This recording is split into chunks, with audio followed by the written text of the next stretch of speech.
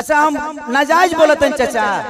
तो जब ये हमारे नेता अपना इलाज कराने के लिए एम्स में जाते हैं, हमारे नेता अपना इलाज कराने के लिए बॉम्बे जाते हैं, विदेश जाते हैं, तो ये बताइए जब ये अपने इलाज के लिए अस्पताल नहीं खुलवाए तो हमारे इलाज के लिए कहां से खुलवा पाएंगे। मेरी उम्र आज 28 से 30 बरस की हो गई। 30 बरस से हो सकता है 5 बरस बाद मुझे होश आ गया होगा। 25 बरस से तो ऐसा ही देख रहा हूं कि हमारा बिहार में बदलाव कुछ नहीं हुआ है। दारू बंद हुआ है तब वो मिलिए रहा है। इसमें दोष हम सरकार को नहीं देंगे, क्योंकि हमारे पास रोजी नहीं है। हम अपनी रोजी ढूंढते हैं, वो चाहे हमें नशा में मिले या बुराई करके मिले या किसी का मर्डर करके मिले। हमारे पास अगर रोजी होती, हमारे पास काम होता, हमारे पास किसी का विश्वास होता, तो शायद आज हम भी बेकार नहीं होते। किसी फैक्ट्री में अपने ही जिला में, अपने ही गृह जिला में, अपने ही घर में काम करते। तो जब इंसान बेकार होता है तो वो गलत काम करता है। तो गलत काम तभी होता है जब इंसान फुर्सत में होला। एक गलत काम हो टाइम ना मिले। अच्छा बताओ, तार गेहूं के दंवरी आई तो तू दूसरे के टिकोड़ा तुरे जीबो, तू अपन गेहूं दई बना। तो जब हमारे पास अपना वर्क होता, हमारे पास फैक्ट्रियां होती, तो आज हमारे भी घर की औरतें अपने पति के साथ रहती। ये अपने पति के लिए तरसती नहीं कि होली में आएंगे तो दीपावली में आएंगे। आज हम अपने बच्चों के साथ होली मनाते, दीपावली मनाते। हमें दीपावली मनाने के लिए किसी का परमिशन लेना पड़ता है, किसी से लेटर देना पड़ता है कि सर हमको जाना है अपने बीबी के पास, छठ आ गया है। तो हमें तो त्योहार मनाने की भी आजादी नहीं मिलती है। ऐसे राज्य में हम पैदा हो गए हैं।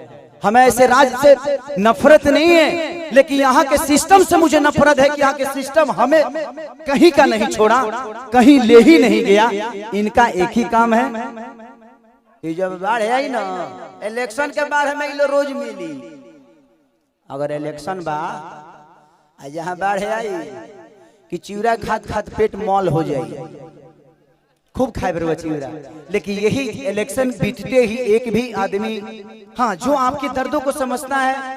मैं किसी राजनेता पे उंगली नहीं उठा रहा हूँ, मैं सिस्टम पे बात कर रहा हूँ। आज अगर यहाँ फिल्म सिटी बन जाए तो मुझे लगता है कि खेसारी लाल यादव यूपी में शूट करने जाते हैं, वहां पे कम से कम 60 से 70 लाख रुपया भैया प्रोड्यूसर और डायरेक्टर यूपी सरकार को दे के आता है। वहां कम से कम 300 लोगों को रोज रोजी मिलेला। रोज कलाकार हो गया पैदा होले, रोज कलाकार काम करेले। लेकिन बिहार सरकार के कोनो चिंता नहीं है। ये बताई खेसरिया चाहे जितना भी संपत्ति बनौले बा बॉम्बे में बनौले बा, अगर वह चीज बिहार में रही तो खेसरिया का सारा संपत्ति बिहार में रही ना, हम अपना परिवार के, अपना भाई लोगों के साथ रहते।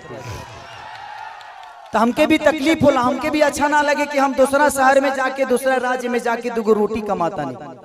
हमके शर्म लागेला दूसरा के जगह काम करे में, लेकिन क्या करी जब हमारे खेत बंजर हो जाई तो घर हर तो दूसरे के खेत में नहीं चलावे के पड़ी हमके। और हमारा खेत बंजर, हम किसान हो के भी इस खेत को आबाद नहीं कर पा रहे हैं, तो गलती हमारी है। गलती हमारी ये है कि हम जब इलेक्शन आता है तो खाली दो फ्रूटी पिए लगे तो बटन दूसरा जगह चल जाता है। ये बताई खेसारी के बेटा बेटी ये बार खेसारी का लगे पैसा बा तो अमेरिका में पढ़ा दिए हैं, लेकिन सबका लगे वो सक्षम तो नहीं खे ना जब अपना बेटा बेटी का अमेरिका में पढ़ाई। तो बिहार में कितना लोग खेसारी बजी, एक गो ना, एक नु खेसरिया बा। ये बताई जे आज भी हमारे बिहार के नेता हैं, यूपी के नेता हैं, सबके अपने बच्चे कोई अमेरिका में पढ़ता है, कोई लंदन में पढ़ता है, कोई मॉरिशस में पढ़ता है। किसी किसान का बेटा कहाँ पढ़ने जाता है, क्योंकि उसकी क्षमता नहीं है। क्योंकि इन लोगों ने अगर यहीं पे स्कूल दिया होता तो इनके भी बच्चे यहीं पे शिक्षित हो जाते। लेकिन इन्होंने जब अपने बच्चे का भविष्य तय नहीं किया तो हमारे बच्चों का भविष्य तय कहाँ से कर पाएंगे। अब यह बताइए कि यूट्यूब पर डाल दी तो लोग कहिए खेसरिया राजनेता हो गए। अब हम अपन दुखों ना कह सकिले।